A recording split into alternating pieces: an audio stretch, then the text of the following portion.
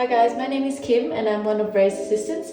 Today I'm going to show you how I clean my Rae Morris brushes. They're going to go from this to a beautiful white clean brush like so. So let's get started. Okay, so first what you're going to need is some soap. I usually use a detergent soap because it gets out stains from my brushes and it gives it a nice thorough clean. And then you're going to need a cup just so you don't waste water with the tap running. And you're also going to need your dirty brushes as well. So first of all, I start off by filling up my cup with water. And just like when you go to a hairdresser, you want to have your hair really wet first and then they start to shampoo. This is just so you don't use a lot of the soap and then create damage in your brushes. So I dip my brush like so. I swirl it in the soap just a few times because this soap is quite concentrated, and then I just leave it over here and I could move on to the next brush. This saves me a lot of time because I'm not constantly having to put down the soap, rinse my brush, and then pick up another brush. Instead, I've got this kind of production line method, and I find it really efficient when I've got a lot of brushes to wash, especially at the end of the day, because I can just put all the dirty brushes along. You see this one's got eyeliner, and it just rinses out beautifully because it's already pre-soaked.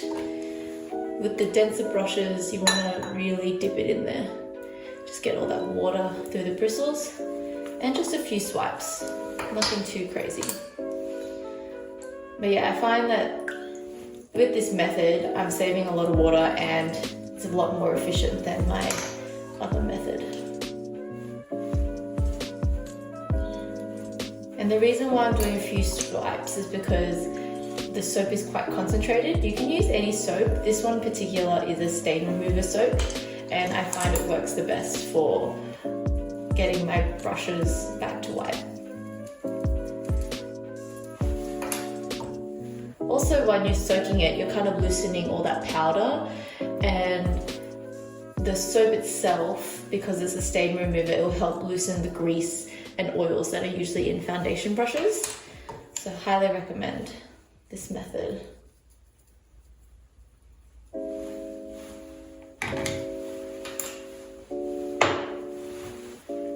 Okay, so once the brushes are all pre-soaped, now we can run the water.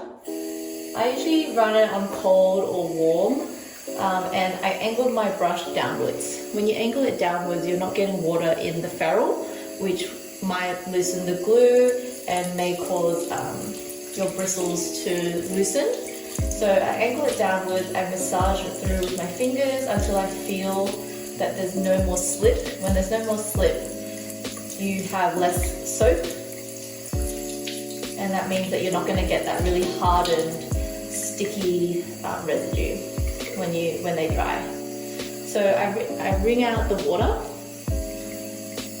and then just pop it in my Rae frame.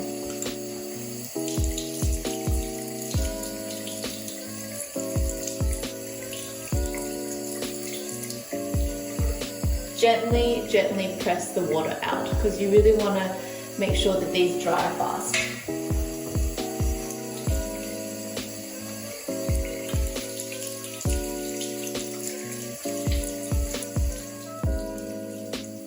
With brushes like the foundation brush, if you find that there's still a little bit of foundation left in the center, just go in with your soap and try to massage it deeply in there because it's just absorbed a lot lower in the bristle and create that sudsy effect.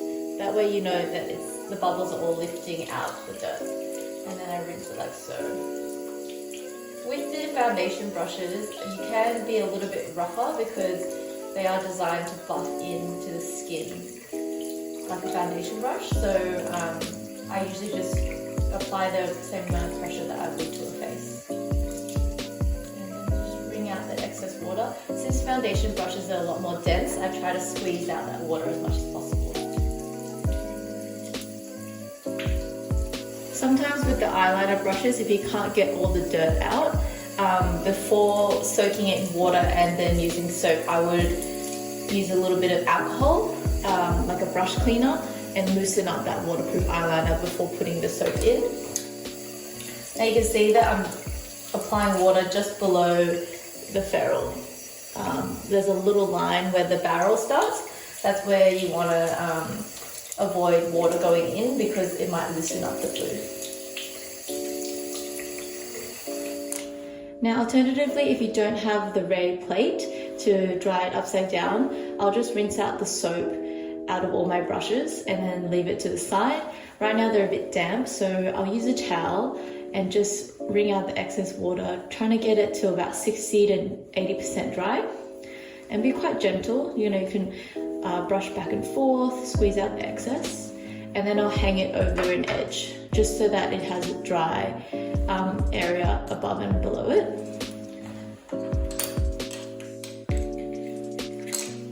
This one's quite wet here. Squeeze, squeeze, squeeze. Dry the handle too, and then let it dry.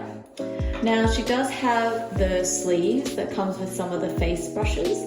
I like using this to reshape my bristles, especially because they're handmade brushes and you don't really want them to fray, because when they fray they feel really scratchy on the face.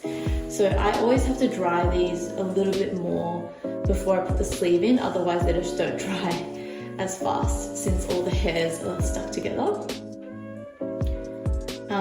I definitely would recommend this for her older brushes with the goat hair, but with the newer ones they're not too necessary because her ones always come to a point with the new point technology. But that's how they look.